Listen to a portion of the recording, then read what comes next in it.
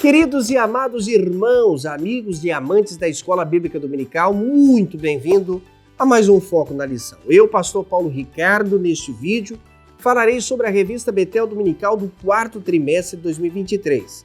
Nós estamos abordando um tema muito importante. O tema desse trimestre fala-nos sobre a terceira epístola de João, instituindo o discipulado baseado na verdade, no amor fraterno e fortalecendo laços dessa fraternidade cristã. Nosso comentarista, pastor Alex Cardoso, que é presidente das Assembleias de Deus do Ministério de Madureira no Parque Esplanada, em Budas Artes, São Paulo, trata este assunto de forma muito especial. O que nós vamos estudar nesta revista é algo de suma importância. Apenas com 15 versículos, essa epístola traz verdades que foram endereçadas ao presbítero Gaio, tornando-o um discípulo verdadeiro de Cristo. 14 lições, vamos abordar assuntos como verdade, como andar na verdade, ser um discípulo verdadeiro, servir, amar o próximo, exercer o ministério cristão de forma muito competente, ter também as características de um bom cristão e o discípulo de Cristo. Que o Espírito Santo possa nos capacitar, conduzir e esclarecer no estudo que estamos aqui baseando pelas Sagradas Escrituras. Lembrando a você que o Foco na Lição tem o objetivo de trazer um panorama e apresentar de forma muito resumida o conteúdo de todas as 14 lições da revista Betel Dominical deste trimestre. Vamos tratar hoje sobre a lição de número 9, que tem como objetivo o verdadeiro discípulo promove a comunhão. Vamos ao texto áureo. Ó, quão bom e quão suave é que os irmãos vivam em união. Salmos de número 133, verso de número 1. Esse é um salmo muito clássico de nossa igreja. Verdade aplicada. Uma das marcas do discípulo de Cristo é o interesse em estar e buscar estar junto com os que também são de Cristo, ou os que vivem em Cristo. O objetivo dessa lição é reafirmar a importância da unidade cristã, mostrar o propósito de Deus para a igreja, expor os benefícios da comunhão de Deus. Os textos referências deste poderoso assunto está baseado no livro dos Atos dos Apóstolos, capítulo 2, versos número 42 ao 47. Vamos para a introdução.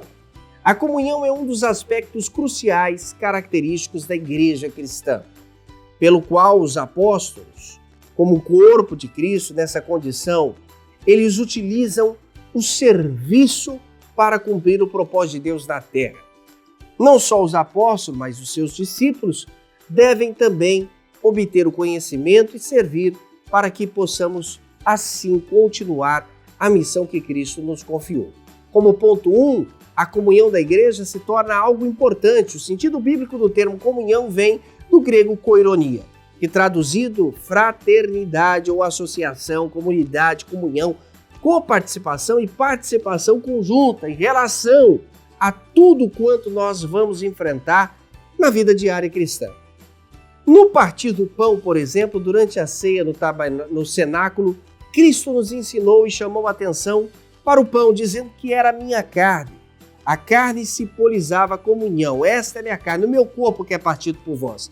Entre os discípulos, entre Jesus, e a partir daí orientou a realizar este ato em sua memória para todos através da instituição da ceia do Senhor. Nós também aprendemos este poderoso assunto juntamente com a Igreja de Cristo nas orações, que é um período muito coletivo, único, em que, diante das adversidades, as igrejas, ou a igreja que ora, passa, porque a oração é uma atividade espiritual que promove não só a fala, mas a comunhão. Seja individualmente, seja em grupo, nós estamos sendo fortalecidos sempre. A doutrina apostólica se torna e se tornou algo importante, tanto para a igreja primitiva quanto para a igreja do presente século. Havia no início da igreja uma comunhão muito grande, um propósito doutrinário muito bem elencado, que passou a fazer parte de um estilo de vida de todos aqueles que estavam inseridos no corpo de Cristo. Essa doutrina era uma exigência a ser preservada. Em Atos 2,42 nos dá uma base para isso. Como ponto 2, a vida e a comunhão são essenciais ao discípulo de Cristo por conta da igreja ser uma comunidade de fé. Nasceu nessa característica e precisa se manter em comunhão. Esse é o estilo da igreja primitiva e da igreja dos tempos atuais. Essa modalidade não se expirou e não tem prazo de validade. Por isso, a comunhão é uma ordem divina que promove as bênçãos de Deus. O desejo pelo Jesus que nós pregamos. Estar em comunhão é estar sadio. Preza este ato de comunhão também nos ensina a reverência. A reverência está vinculada à santidade. O caráter verdadeiro da igreja, que será a busca por Jesus, deve ser em conformidade com ele. Efésios 5:27, nós devemos buscar incessantemente viver em santidade. E viver em santidade demonstra uma vida em comunhão com a igreja. Quando nós estamos reunidos, nós experimentamos também o poder sobrenatural de Deus. Essa sobrenaturalidade era contínua na igreja primitiva e marcava a igreja de Deus de forma muito plena. Trata-se de algo inerente da própria natureza daquilo que se estabelece a igreja. Por isso que Cristo disse que edificaria a sua igreja. E Cristo fez com que a sua igreja fosse um elemento vital. A morada de Deus somos nós, mas também vivemos em comunhão com os outros nos templos. Conviver em comunidade é importantíssimo. A igreja é essa comunidade cristã, um ambiente de fé comum, onde a vida deve ser compartilhada em todos os momentos. Por isso que a Bíblia nos diz: compartilhe as vossas necessidades uns com os outros, para que possamos alcançar a plenitude de Deus. No ponto 3, trataremos sobre o objetivo da comunhão. A comunhão quebra completamente o egoísmo, esse sentimento. Por isso que o apóstolo Paulo nos adverte diversas vezes. Filipenses capítulo 2 vai nos ensinar a considerarmos uns superiores aos outros. Considere os outros superiores a si mesmo. Não atente cada um para o seu próprio amor ou para a sua própria vontade, mas cada qual para os que é dos outros ou para o que é dos outros. Por isso que nós precisamos estar unidos em unanimidade de propósito. A igreja nasceu nesse propósito, integrando as pessoas, fazendo de forma harmônica os seus propósitos, vivendo, compartilhando as boas novas. A igreja também tem como atributo a concordância. Pouco antes da vinda do Espírito Santo, os discípulos receberam a ordem que provinha de Cristo de ficarem unidos em oração, enquanto esperavam que a promessa de vinda dos céus de Cristo pudessem vir, que era o Espírito Santo. A decisão deles foi obedecer, ficaram, permaneceram, e havia neles o mesmo coração, e por isso estavam reunidos no cenáculo orando, e recaiu naquele dia o Espírito Santo sobre todos. A igreja tem um propósito de louvar a Deus, e esse propósito de louvar a Deus é uma das expressões de alegria, de gratidão, manifesta pelos irmãos da igreja primitiva. Havia uma conscientização, uma consciência que era Deus quem estava agindo por meio de tudo que estava acontecendo, não era qualquer pessoa.